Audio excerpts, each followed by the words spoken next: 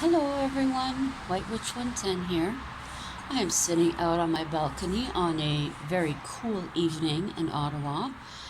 I'm here with my winter coat on, but it is refreshing. My little flash of light this evening is from the dollar store. It is a tree. I thought it was quite cute. Now, my new episodes are going to be entitled Historic Haunts, the Experiences of Others. And the first one to start off the season of the witch, this beautiful October month, is in regards to Mackenzie King Estates. Mackenzie King was the 10th Prime Minister of Canada. He bought land in the Gatineau Hills, 550 acres to be exact. Mackenzie King, it was not made known until after his death and his journals were read that he was a spiritualist. Now, a gentleman by the name of Percy J. Phillips, an Ottawa correspondent to the New York Times, found himself in June of 1954 sitting on a bench at Kingsmere, which was the summer home of the Prime Minister at that time. Sitting on the bench, he felt a presence, and he knew it was Mackenzie King. He addressed him as he did in life when he spoke to him. And Mackenzie King explained to Mr. Phillips that spirit cannot speak unless they are spoken to, just as if he was a child. He began to speak more to the gentleman, telling him that when you're in a room that is empty, it never really is. And there are souls there that want to speak, but can't until they've been called by name. He admitted to hearing things about himself said by visitors to the property, and that on the other side, he learned not to have regret. Even though he was dead, he admitted he had to watch what he said to Mr. Phillips because he was a correspondent. He told him that he spent a great deal of time on the estate which he loved so much, and that he was very happy that he gave it to Canada to preserve it for himself to spend his eternity on. He wanted the place to be remembered, to be enjoyed, and once again, by himself as well. It was a good thing, he thought, that there were two worlds, and that people who think that their world is the only one and take it and themselves too seriously, they have a very dull time. And he asked Mr. Phillips if he would come back and visit him again. Now, the diary recorded paranormal experiences that Mackenzie King had had.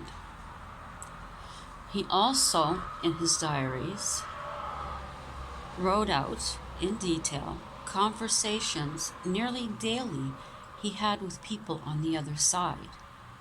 Very detailed accounts. He also mentions the use of a medium who would come through the back door of the home in Ottawa so that no one would see her. He was a very private man in that regard.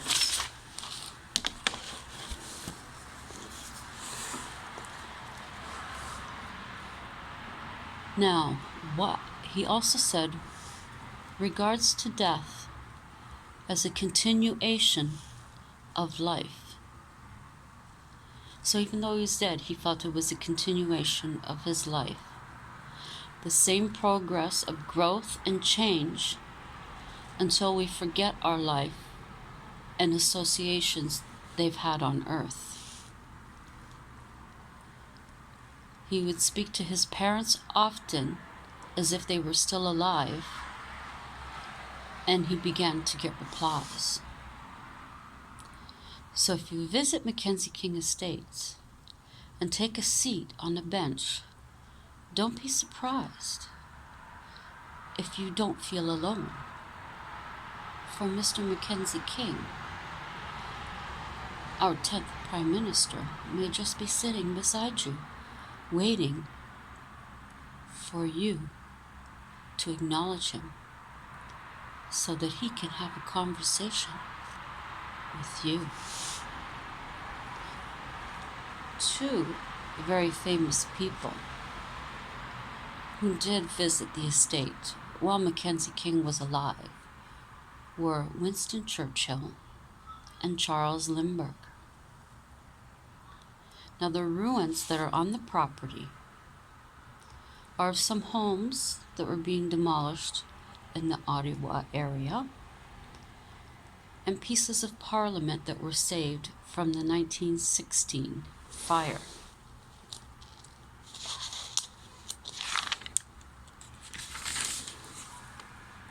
And also, there were pieces from the Mint and from banks. Mackenzie King passed away in 1950 in Chelsea, Quebec, of pneumonia. Now, I have mentioned the two experiences I had, or the two times I've been there and the experiences I've had. And tomorrow evening, due to the generosity of the clients that we cleaned for, hubby, myself, his daughter, her husband, and stepson are going to be going to Laurier House, which was the home of Mackenzie King while he was Prime Minister in Ottawa. So I'm hoping to have an experience, and I will be calling on Mr. Mackenzie King to please make himself known so that I can relate an experience to you and add that to when I speak about someone else's experiences at his home. Unfortunately, as with the Haunted Walk, we are not allowed to videotape any of it inside. And I am possibly understanding that we won't be able to take pictures inside, unfortunately. But I will be able to take pictures of the home from the outside. So I'll be able to tell you, and I am hoping to get some type of decent video of the house.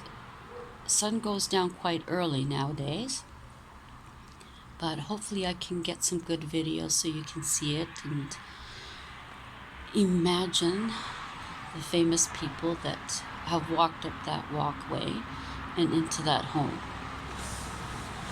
I hope you enjoyed this first little tidbit of historic haunted places from other people's experiences.